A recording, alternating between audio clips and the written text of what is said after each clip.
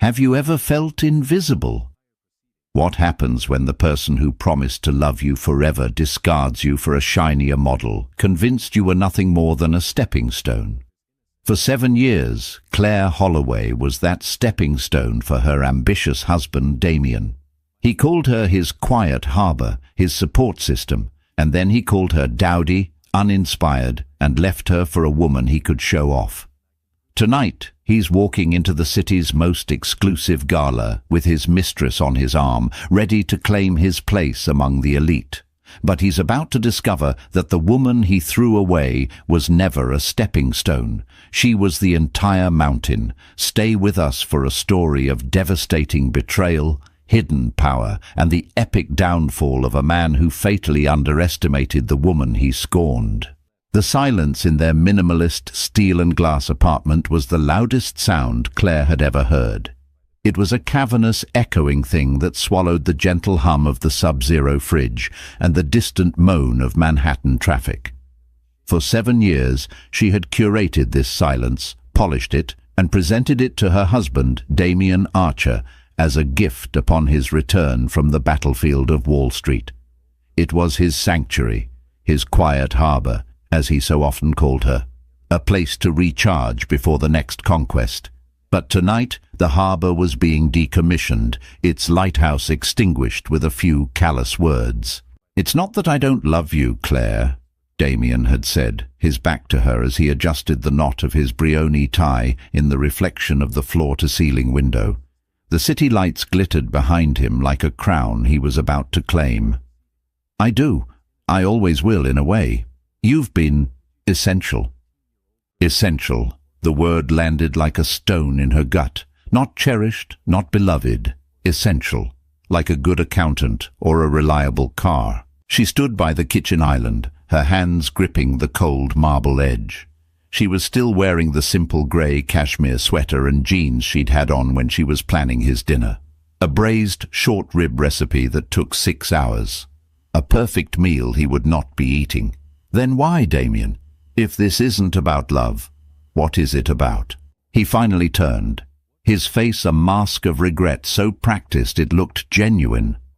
At 34, Damian was ruthlessly handsome, with sharp, intelligent eyes and a jawline that could cut glass. He had weaponized that charm to build his boutique investment firm, Archer Capital, from the ground up. Clare had been there for every step, organizing his investor dinners, proofreading his prospectuses until 3 a.m., and talking him down from ledges of panic only she was allowed to see. "It's about trajectory," he said, his voice soft, as if explaining a complex financial instrument to a child. "The man I am now, the man I am becoming, requires a different kind of partner, someone who shines, who commands a room. Sienna does that." Sienna Reed, the impossibly chic, raven-haired VP of marketing from a rival firm. Clare had seen her at company events, a flash of red lipstick and a laugh that seemed to draw all the light in the room toward her. Clare had told herself she wasn't the jealous type. Now she realized she had just been naive. "And I don't," Clare stated, her voice flat. It wasn't a question. Damian had the decency to look away. "You're comfortable, Clare. You're my home. But you can't build an empire from home. You're for the before, not the after." He walked over to her, his hand hovering over her arm before he seemed to think better of it. "The papers are drawn up. My lawyer will be in touch with yours. I've been more than generous. You'll never have to worry about anything." The patronizing kindness was worse than any cruelty. He was monetizing their marriage, signing a check to close the account on 7 years of her life. He thought money could solve the gaping wound he was carving into her soul. She finally looked up, meeting his eyes. "Did you ever love me, Damian? Or was I just the first round of seed funding for the man you wanted to be?" For the first time, a flicker of genuine emotion crossed his face. Irritation. He hated being seen. Truly seen. "That's unfair. We were happy. But people outgrow each other. It's no one's fault." He checked his Cartier watch. "I have to go. The benefactor's gala. It's a big night for the firm." "Of course. The Gala, the glittering pinnacle of New York's philanthropic scene, a place where billion-dollar deals were sketched on cocktail napkins. He was going with Sienna. He was launching his new life tonight, and the first order of business was jettisoning his old one. He bent to kiss her cheek, a gesture so automatic and devoid of warmth it made her flinch. "Be well, Clare," he murmured, and then he was gone. The click of the lock echoed in the silence. She stood there for a long time, the smell of his Tom Ford cologne hanging in the air like a ghost. She looked around the apartment he was leaving her, an apartment she had decorated in shades of greige and charcoal because he'd said it was soothing and sophisticated. She had sanded down all her own colourful edges to become his quiet, neutral backdrop, and now he had simply painted over her. She walked on numb legs into their bedroom. His closet was half empty. He had been planning this for weeks, moving his life out piece by piece, while she was busy planning his menus and managing his social calendar. The betrayal was so deep and methodical, it stole her breath. Slumping onto the edge of their bed, the bed where he'd sworn he loved her just last week, she felt a despair so profound it was almost paralyzing. He was right. She didn't shine. She was the support structure, the invisible scaffolding that held up his magnificent facade. And now that the building was complete, the scaffolding was being torn down.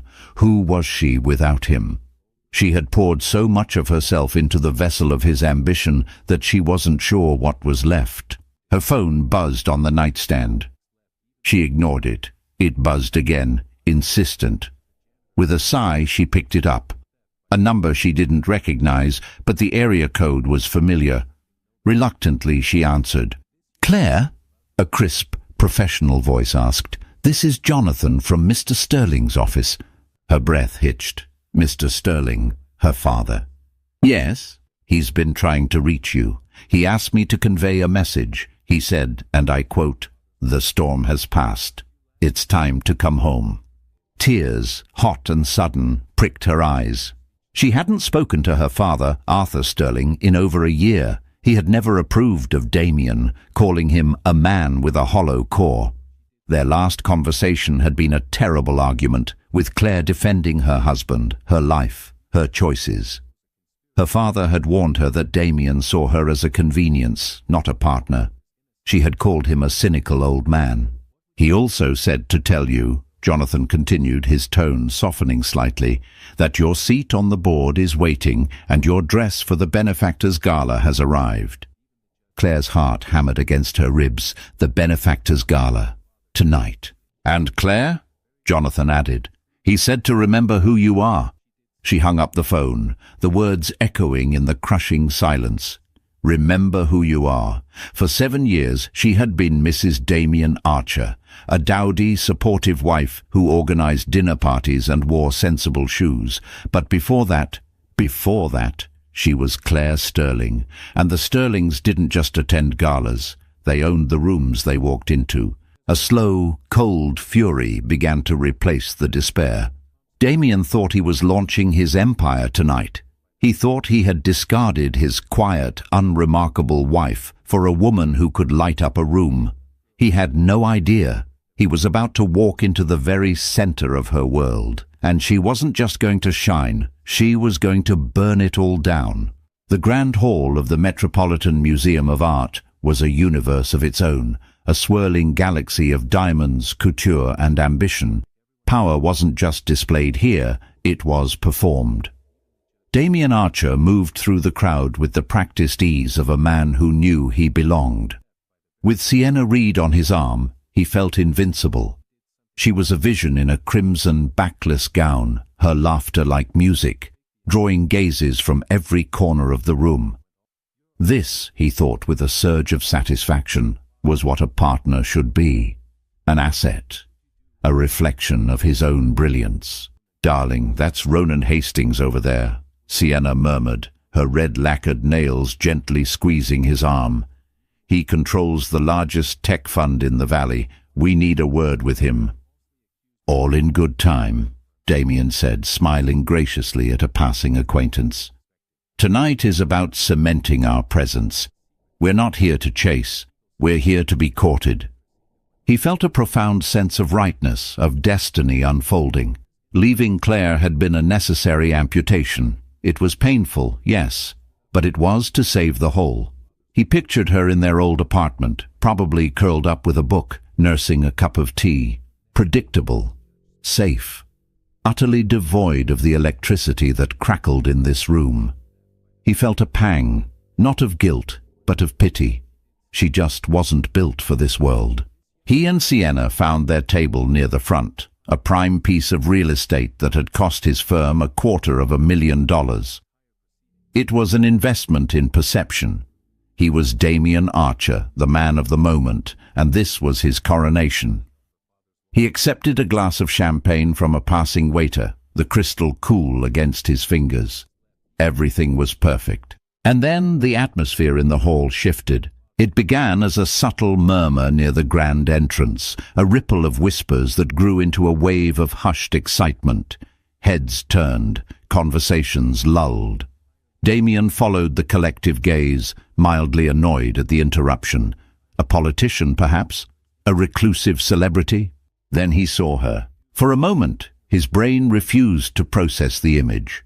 The woman framed by the grand archway was a stranger, an ethereal creature of impossible poise and beauty.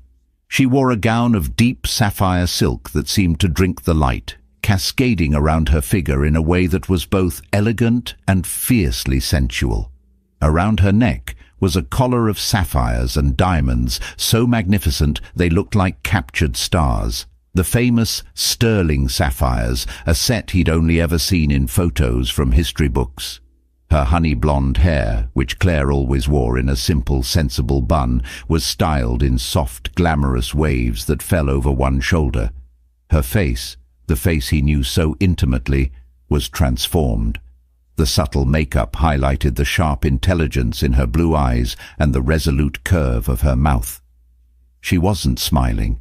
She was observing, her expression one of cool, regal authority. This wasn't Clare Holloway, his dowdy ex-wife. This was a queen surveying her court. Damian's champagne glass trembled in his hand. A cold dread, sharp and sickening, coiled in his stomach. It couldn't be. Sienna leaned in, her eyes wide. "My God, who is that? I've never seen her before." Before Damian could answer, the evening's host, the venerable Philip Cartwright, stepped to the microphone on the stage. His voice boomed through the hall.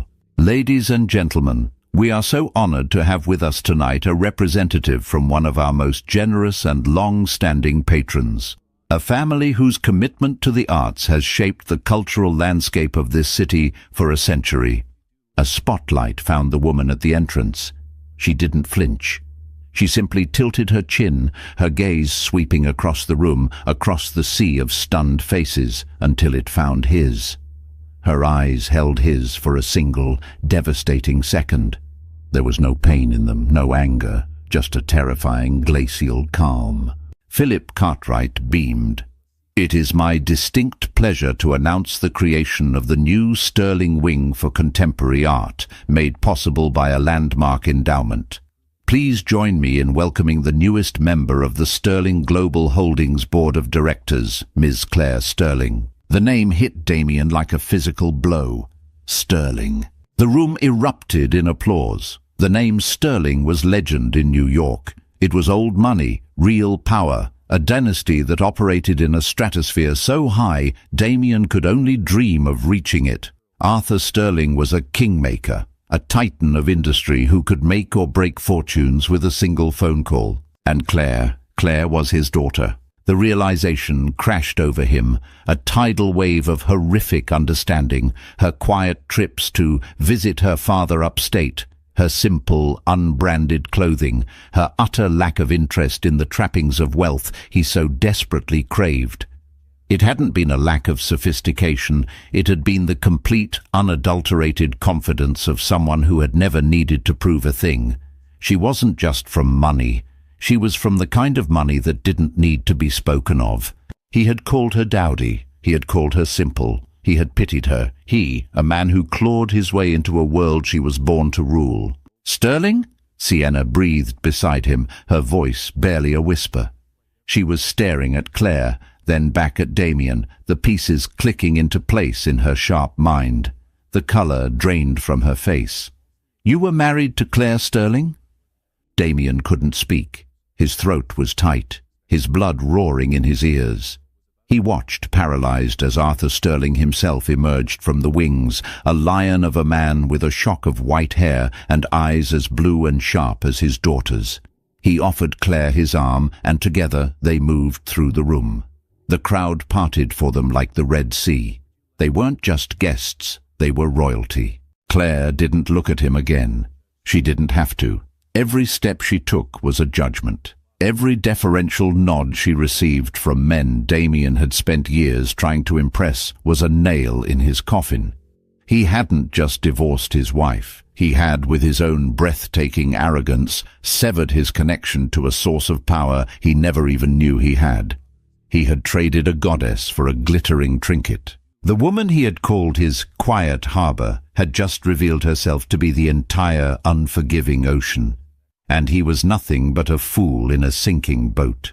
The rest of the evening passed in a surreal, suffocating haze for Damian. The air, once crackling with opportunity, now felt thick with his own failure. The fawning smiles that had been directed at him just an hour ago were now aimed with laser-like intensity at the Sterling table.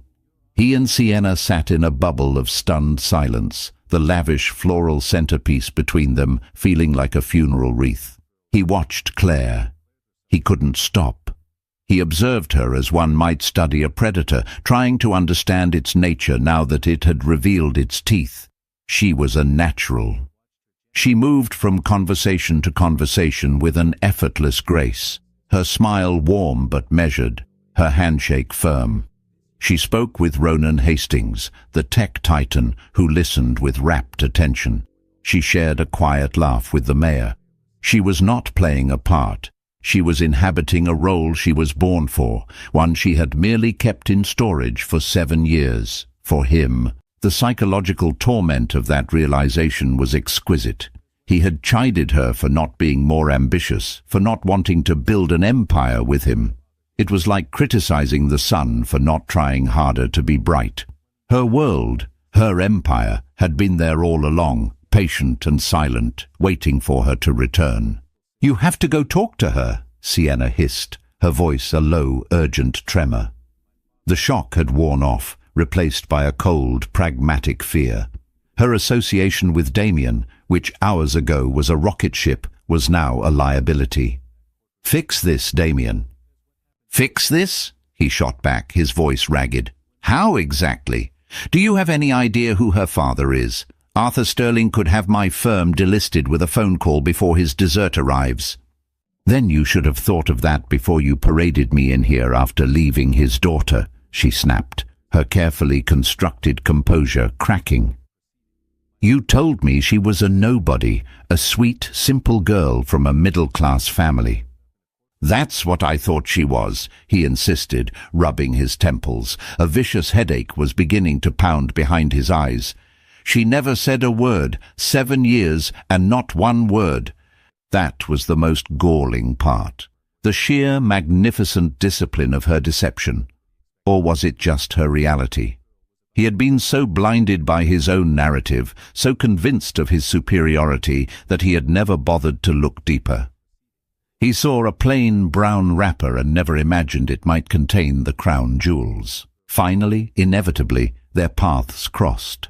Clare was making her way toward the exit, her father's hand resting protectively on her back. Damian stood up, his legs feeling unsteady. He had to say something. What? He didn't know. But silence was an admission of defeat. "Clare," he said, his voice hoarse. She stopped, turning to face him. Up close, the effect was even more staggering. The sterling sapphires glittered with a cold fire, but her eyes were colder. Arthur Sterling's gaze was a physical weight, pinning Damian in place with unconcealed disdain. "Damian," she acknowledged, her tone perfectly neutral, as if addressing a distant acquaintance. I didn't know," he stammered, feeling like a fool. It was the lamest, most inadequate excuse, but it was the only truth he had. A small, mirthless smile touched her lips. "No, you didn't." You never asked." She paused, letting the simple indictment hang in the air. "You were so busy telling me who I was, you never thought to wonder who I might be on my own." The calm, surgical precision of her words was devastating. There was no shouting, no tears, no drama. That would have been easier to handle. This was an execution. "Claire, we need to talk," he pleaded, a desperate edge creeping into his voice. "This is a mistake." Her eyebrows rose slightly. "A mistake? On whose part? I feel for the first time in a very long time that I am not making a mistake at all." She adjusted the silk of her gown. "You told me to find my own way. I believe you said I was for the before, not the after. Well, welcome to the after, Damian. I hope you enjoy the view." Arthur Sterling stepped forward slightly. "My daughter has a long day tomorrow. Board meeting at 8. We'll be going." He gave Damian a final, dismissive look. "Archer, try to stay out of our way." And with that, they were gone, leaving Damian standing in the middle of the grand hall, the murmurs of the crowd rushing in to fill the void. He was no longer the center of attention. He was the subject of gossip, the fool in a cautionary tale that would be recounted over brunch for weeks to come. Sienna had vanished from his side, already distancing herself, a smart player cutting her losses. He stumbled back to his table, sinking into his chair. He had sought power, status, and a partner who could amplify his ascent. In his arrogant quest, he had discarded the single greatest asset he ever possessed, and in doing so had made an enemy of a titan. He looked across the room and saw Ronan Hastings in conversation with another investor. Hastings glanced over at Damian, his expression unreadable, before turning his back. The courting was over. The chill had set in. Damian Archer had walked into the gala that night, believing he was being crowned a king. He was leaving a pariah, haunted by the icy wake of the woman he had so carelessly thrown away. The psychological conflict was just beginning. He had built his entire identity on the foundation of his own perceived brilliance and control. Tonight, that foundation had been dynamited, and he was in freefall, with no idea where he would land. The week following the gala was a masterclass in slow, agonizing irrelevance. Damian's phone, usually a constant symphony of calls and messages from investors, journalists, and market movers, fell eerily silent. Meetings were mysteriously rescheduled. A major deal he had been cultivating for months with a tech startup suddenly went cold, the CEO no longer returning his calls. It wasn't an overt attack. It was a quiet, suffocating shift in the climate.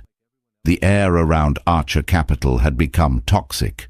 Damian spent his days pacing his office, the panoramic view of the city he had once found inspiring, now feeling like a constant reminder of the world he was being pushed out of. He was a ghost at the feast. His name, once a rising star in financial columns, was now only mentioned in hushed, speculative tones in the gossip pages linked to the Sterling bombshell. He had become a human interest story, a joke. Meanwhile, Clare Sterling was everywhere. She was photographed leaving the Sterling Tower, looking polished and formidable in a tailored pantsuit. She was quoted in the Wall Street Journal about Sterling Global's new green energy initiative. She was profiled in a glossy magazine feature titled The Sterling Scion, A New Era of Power, which conveniently omitted any mention of her 7-year marriage, reducing his entire existence to a footnote she had chosen to erase. The power imbalance was absolute. He had no access, no leverage. He tried calling her a dozen times. Each call went straight to voicemail. He sent texts, long, rambling messages that veered wildly from pleading apologies to bitter accusations. They were met with digital silence. He was shouting into a void. This calculated detachment was a form of psychological warfare she was waging, and it was brutally effective. By refusing to engage, she was communicating that he was no longer important enough for a fight. His frustration curdled into a dangerous obsession. He started digging, using his research skills to learn everything he could about the life she had hidden from him. He discovered the truth. Clare had graduated summa cum laude from Wharton with a degree in finance. Before she met him, she had been managing a multi-million-dollar philanthropic fund for the Sterling Foundation. She had stepped away from it all the year they got married, telling her father she wanted a normal life. The knowledge was a fresh stab of betrayal. She wasn't just an heiress, she was a brilliant financial mind in her own right. She had played the part of the supportive, non-threatening wife for him, deliberately dimming her own light so his could shine brighter. The narrative he had constructed, that he had elevated her, that she was lucky to have him, was a pathetic fiction. The opposite was true. She had condescended to live in his world, and he had been too arrogant to even notice. The pressure began to manifest in his professional life. During a tense quarterly review with his remaining partners, his focus shattered. "Damian, where are the projections for the Q4 fund?" asked his senior partner, a shrewd older man named George. Damian stared blankly. "They're being finalized. They were due last Tuesday," George said, his tone sharp. "Your head isn't in the game. This situation with your ex-wife is becoming a serious distraction. Investors are asking questions. They want to know why you weren't transparent about your connection to the Sterlings. It makes you look either incompetent or deceitful." "It was a private matter," Damian snapped, his temper flaring. "Nothing is private when it involves $100 billion dynasty," George retorted, slapping a file on the table. "We're bleeding, Damian, and it's your wound." The confrontation left him rattled. He returned to his office, the walls feeling like they were closing in. He looked at the photo on his desk. It was of him and Sienna at a charity event a few months ago, both of them beaming. He picked it up and stared at her face. Sienna, who had disappeared from his life as completely as Clare had. She had played her own game and knew when to fold. In a fit of rage and desperation, he hurled the photo frame against the wall, where it shattered, sending glass skittering across the floor. He was alone, stripped of his brilliant partner, his supportive wife, and his professional reputation. He had flown too close to the sun, only to discover the sun was the woman he'd left behind, and she had decided to burn him. Across town, in a sprawling corner office overlooking Central Park, Clare Sterling sat at a mahogany desk that had belonged to her grandfather. The view was breathtaking, but her focus was on the documents spread before her. She was chairing her first major acquisition meeting in an hour. Her father walked in, holding 2 cups of coffee. "Burning the midnight oil already?" he asked, his expression a mixture of pride and concern. "Just getting prepared," she said, accepting the cup with a grateful smile. "There's no room for error." "You're ready," he said simply. He sat in the leather chair opposite her desk. "I spoke with Philip Cartwright this morning. The Gala is still the talk of the town." He paused. "And so is your ex-husband." Clare's posture stiffened slightly. "Is he?"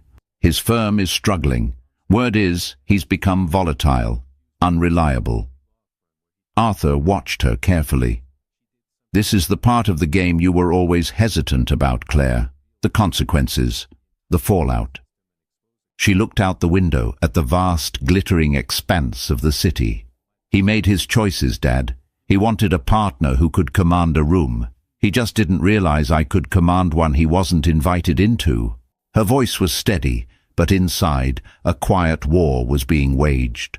This wasn't just about business. It was deeply, painfully personal. Every professional victory felt like a vindication, but it didn't erase the sting of his betrayal. She was rebuilding her life on the rubble of their marriage, and she knew the ghost of Damian Archer would haunt the construction site for a long time. She had shown him her power, but the hidden motive was far more complex than revenge. It was about survival. It was about proving to the one person who still mattered in the equation, herself, that she was more than the reflection in a man's eye. She was the source of the light. Damian's world had shrunk to the 4 walls of his office and the suffocating luxury of his penthouse. He was a man under siege, and the enemy was an phantom, the sterling name, whispered in boardrooms and trading floors, a ghost that chilled every deal he tried to make. His paranoia began to fester, blooming in the dark corners of his mind. Every unanswered email, every cancelled meeting he attributed to the invisible hand of Arthur Sterling, orchestrating his downfall at Clare's behest. He envisioned them laughing about it over dinner in some palatial estate. The psychological pressure was immense. He wasn't just losing business, he was losing his sense of self. His identity was inextricably linked to his success, his reputation as a brilliant, self-made man. As that identity cracked, so did his composure. He became short-tempered with his staff, his commands sharp and laced with an undercurrent of desperation. He obsessed over market news, searching for any mention of Sterling Global, interpreting every move they made as a strategic attack against him. His relationship with Sienna had been the first casualty. She had called him a week after the gala, her voice cool and distant. "I can't do this, Damian," she had said without preamble. "Can't do what? We haven't even spoken," he'd countered, bewildered. Us. My career is built on my reputation, being associated with the man who publicly humiliated us Sterling. It's poison. I'm sorry. You're on your own. The click of the phone had been the final closing of a door. He realized with a sickening clarity that Sienna had never been interested in him. She was interested in his trajectory, the power he projected. The moment that power was revealed to be an illusion, she was gone. She was the pragmatist he had claimed he wanted, and her pragmatism had led her straight out of his life. He was alone with the consequences of his choices. This isolation drove him deeper into his obsession with Clare. He started looking through old photo albums, searching for clues he'd missed. There she was, smiling in a simple sundress on a trip to the Hamptons, a trip he now realized that was likely to her family's oceanfront estate. There she was, in a bulky sweater at a ski lodge in Aspen, a lodge that probably had the Sterling name etched into its foundation. He had been a tourist in her life, and she had let him believe he was the guide. The power imbalance he had cherished in their relationship was now inverted with a brutal irony. He had held all the cards, or so he thought. He had controlled their social life, their finances, their future. Now he had nothing, while she held the entire deck. One evening, consumed by a mixture of scotch and self-pity, he did the unthinkable. He went to their old apartment building, the one he had so generously left her. He buzzed the intercom, not knowing what he would even say. A man's voice, clipped and professional, answered, "Yes." "I'm here to see Clare Holloway." "Clare Sterling," Damian corrected, his own name feeling alien on his tongue. "Ms. Sterling no longer resides here. Who is calling?" "It's Damian Archer." A pause. "Please do not contact this number again." The line went dead. She was gone. She had shed every last piece of the life they had built together. He was left clinging to memories she had already discarded. The realization that he was now just a part of her past, a chapter she had closed, was more agonizing than any direct confrontation. Meanwhile, Clare was navigating her own internal conflicts. The corporate world was a battlefield, and while she had the training for it, 7 years of peace had softened her armor. She sat in board meetings where men twice her age tested her, probing for weakness, trying to see if she was merely a figurehead. She had to prove her worth every single day. One afternoon, after a particularly grueling negotiation over a merger, she found her father waiting in her office. He held a small framed photograph. "I thought you might like this for your desk," he said. She took it. It was a picture of her mother, a brilliant and beautiful woman who had passed away when Clare was in college. In the photo, her mother was standing on the deck of a sailboat, her hand on the tiller, laughing into the wind. She looked fearless. "She would be so proud of you," Arthur said softly. "You have her strength, but you also have her heart. Don't let this world harden it, Clare." Clare looked at the photo, then at her father. "I feel like I'm playing a part sometimes, this powerful, untouchable woman, but inside, I'm still the person who cried for a week when he left. And there is nothing wrong with that person, Arthur insisted, his voice firm. Power isn't about being untouchable, it's about being able to touch the world and change it. Don't confuse the armor for the warrior. The pain you feel is real, but it doesn't have to be your master. You are the master of what you build from it. His words settled something in her.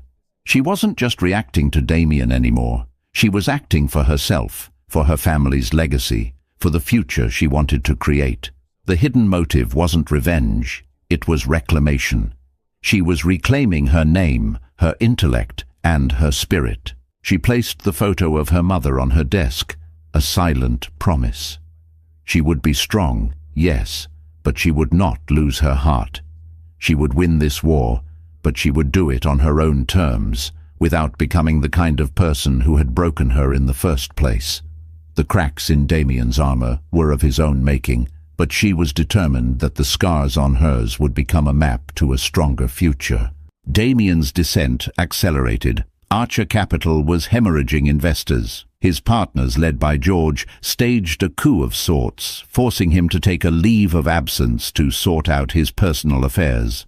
The language was corporate, but the meaning was clear. He was being exiled from his own kingdom. The firm he had built, the name he had forged, was being stripped from him. Stripped of his professional purpose, his obsession with Clare became all-consuming. He saw her not as the source of his problems, but as the solution. If he could just get her back, if he could just make her see that he understood now, everything could be fixed. Their union, he reasoned in his increasingly delusional state, was the key to unlocking a level of power he'd never dreamed of. He just had to make her listen. His desperation led him to a reckless gambit. During their marriage, Clare had been working on a passion project, a philanthropic initiative to fund sustainable housing in developing nations. She had discussed a potential partnership with a small but innovative solar technology firm, Solara Innovations. Damian had dismissed it at the time as one of her little hobbies. Now he remembered the name. Through his remaining contacts, he learned that Sterling Global was in the final stages of acquiring Solara, a move that would position them as a major player in the green energy sector. It was Clare's project, her brainchild, and he saw an opening. He still held shares in a few small tech companies, remnants of his glory days. One of them had a pending patent that was tangentially related to Solara's technology.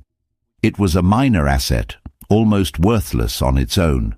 But if he could create a legal challenge, a claim of patent infringement, he could tie up the Sterling acquisition in court for months. It would be a nuisance, a costly delay, but it would force her to the table. It would force her to finally speak to him. He filed the injunction, a desperate, spiteful move born of a bruised ego. He didn't want to win. He wanted to be noticed. He wanted to prove he could still affect her world, that he wasn't entirely powerless. The news of the injunction reached Clare's desk on a Tuesday morning. Her legal team presented it as a minor, albeit annoying, obstacle. "It's a frivolous claim," her head of legal said, "clearly designed to be a thorn in our side. We'll file a motion to dismiss, but it will delay the closing by at least a quarter." Clare stared at the legal document, at Damian's name at the bottom. The blood drained from her face. This was different. The silence, the gossip, the cold shoulders. That was the passive fallout of his actions. This was a direct, calculated attack. He wasn't just haunting her past, he was actively trying to sabotage her future. He was using a memory of her trust, a project she had shared with him in confidence, as a weapon against her. The personal nature of the betrayal was staggering. It wasn't business, it was cruelty. Any lingering flicker of sympathy she might have felt for him was extinguished, replaced by a cold, hard resolve. She cancelled her afternoon meetings and drove to her father's estate an hour outside the city. She found him in his library, a vast book-lined room that smelled of old leather and wood smoke. She laid the injunction on his desk without a word. Arthur read it, his expression hardening. "The desperate act of a desperate man," he said, his voice a low growl. "He's trying to drag you into the mud with him." "He's using something I shared with him," Clare said, her voice tight with suppressed rage. "He's trying to punish me for leaving my life with him behind." "So what will you do?" Arthur asked, his eyes searching hers. "We can crush him. Our legal team can countersue him into oblivion. We can leak his firm's precarious financial state to the press. By the time we're done, he won't be able to get a loan for a cup of coffee." Clare looked out the window at the sprawling, manicured gardens. The path her father was offering was tempting. The idea of retribution, of making Damian feel even a fraction of the pain he had caused her, was a siren song. She could ruin him, completely and utterly. She could become the monster he had created. But then she thought of the past 7 years, the quiet compromises, the slow erosion of her identity, the way she had contorted herself to fit into his life. Ruining him wouldn't erase that. It would only prove that he had succeeded in changing her, in remaking her in his own image, a ruthless player in a game of power. It would be a victory that felt like a defeat. "No," she said, her voice quiet but firm. She turned back to her father. "No public fight, no leaks. That's his game. I'm not playing it." "Then what's your move?" A plan began to form in her mind, cold and precise. "He wants a meeting. He wants to force me to the table. Fine, I'll give him one, but it won't be the one he's expecting." She wasn't going to fight him on his terms. She was going to end this on hers. The unraveling was no longer something she would watch from a distance. She was going to personally pull the final thread. The meeting was set for a neutral location, a conference room in the offices of Sterling Global's primary law firm. The space was deliberately sterile and impersonal, all polished chrome, dark wood, and soundproofed glass, offering a panoramic view of a cold grey sky. It was a place for transactions, not reconciliations. Damian arrived first, dressed in a suit that was impeccably tailored but hung on a frame that had lost weight. There were dark circles under his eyes, but his jaw was set with a defiant determination. He believed he had finally regained a measure of control. He had forced the Queen to acknowledge the pawn. He rehearsed his opening lines, a carefully crafted mix of contrition and business acumen designed to open a path back into her life. Clare entered precisely on time, flanked by 2 of her senior lawyers. She wasn't wearing a power suit. Instead, she chose a simple but elegant cream-colored dress. She looked calm, composed, and utterly untouchable. She offered no greeting, simply taking a seat at the opposite end of the long table, creating a vast, unbridgeable distance between them. "Damian," she began, her voice even and devoid of emotion. "Thank you for coming. I wanted to address your legal challenge directly to save everyone's time." Damian leaned forward, ready to launch into his speech. "Clare, I think there's been a misunderstanding. This was never about hurting you. It was the only way I could get you to talk to me. We need to—" She held up a hand, a small, simple gesture that silenced him instantly. "Let me be clear. There is no we. There is your company, and there is mine. And you have filed a frivolous bad faith injunction against my company. Is that correct?" Her lawyer slid a folder across the table toward Damian. He opened it. Inside were detailed depositions, financial analyses, and technical reports from independent experts, all systematically dismantling his patent claim. It was an overwhelming display of legal firepower, assembled in a matter of days. "Our legal team estimates that defending against your claim would cost us approximately $2 million in fees and delay the acquisition by 6 months, Clare continued, her voice as cool as the glass walls. "Dismissing it would be easy, but I'm not interested in easy. I'm interested in final." Another lawyer slid a second folder toward him. This one was different. It was a share purchase agreement. "During our marriage," Clare said, "you often used my personal investment account to manage small-scale angel investments. One of those was a seed round investment in a digital logistics company, Logistream.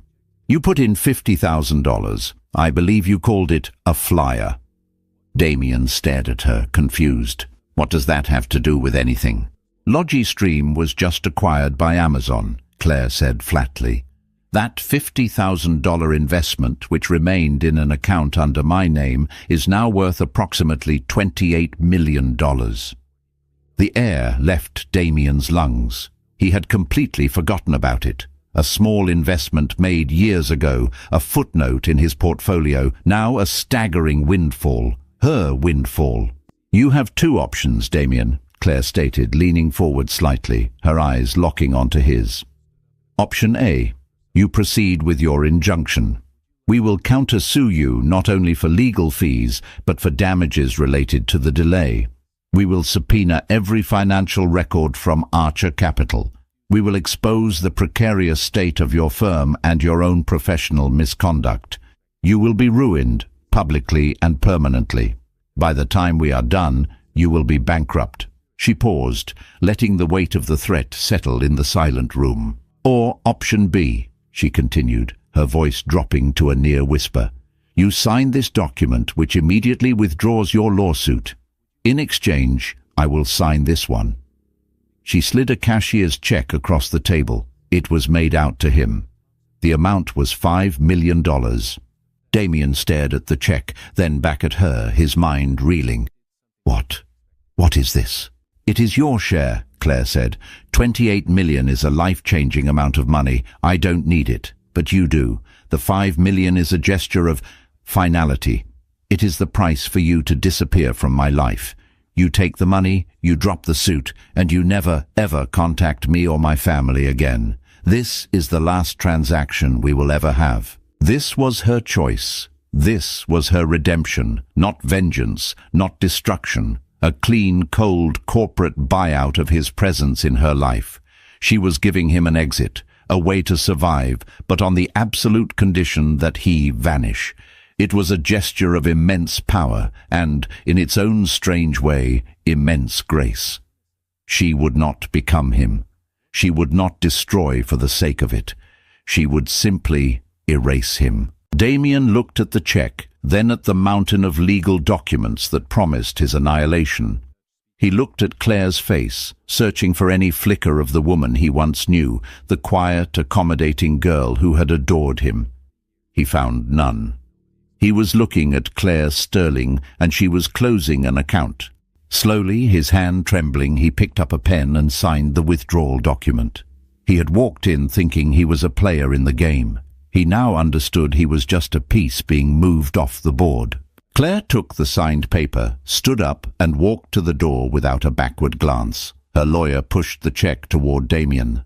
The funds are cleared, he said. Damian was left alone in the silent room, the $5 million check lying on the table like a consolation prize for the loss of an empire he never knew he'd had. He had money, but he had lost everything else. His firm, his reputation, his past, and his future. He was finally, utterly, alone with the hollow core Arthur Sterling had seen in him from the very beginning. Months passed. The chill of autumn gave way to the deep freeze of winter, and then, slowly, to the tentative warmth of spring. The city thawed, and with it, so did something inside Clare. The acquisition of Solara Innovations was a resounding success, placing Sterling Global at the forefront of the renewable energy sector. Clare threw herself into the work, her days filled with strategy sessions, site visits, and negotiations. She found a deep, abiding satisfaction in building something real and lasting, something that would have an impact beyond a balance sheet. She was good at it. More than good, she was exceptional. The quiet competence she had once used to manage Damian's life was now being applied on a global scale. She never heard from Damian again. True to their final transaction, he had vanished. She heard whispers through the grapevine that he had sold his remaining stake in Archer Capital for a fraction of its former value and moved out of New York, some said to California, others to Europe. He had taken the money and disappeared, a ghost with a golden parachute. She didn't hate him anymore. The anger, the pain, the bitterness, they had receded, leaving behind a scar that was no longer tender to the touch. It was simply a part of her history, a reminder of a lesson learned at a great cost. She had come to understand that her redemption wasn't about his downfall, but about her own rise. It wasn't about proving him wrong, it was about proving herself right. One sunny Saturday afternoon in May, she found herself walking through a part of the city she hadn't visited in years, the small, tree-lined West Village street where she and Damian had lived in their first apartment. It was a charming, modest place they had rented when he was just starting out, full of mismatched furniture and ambitious dreams.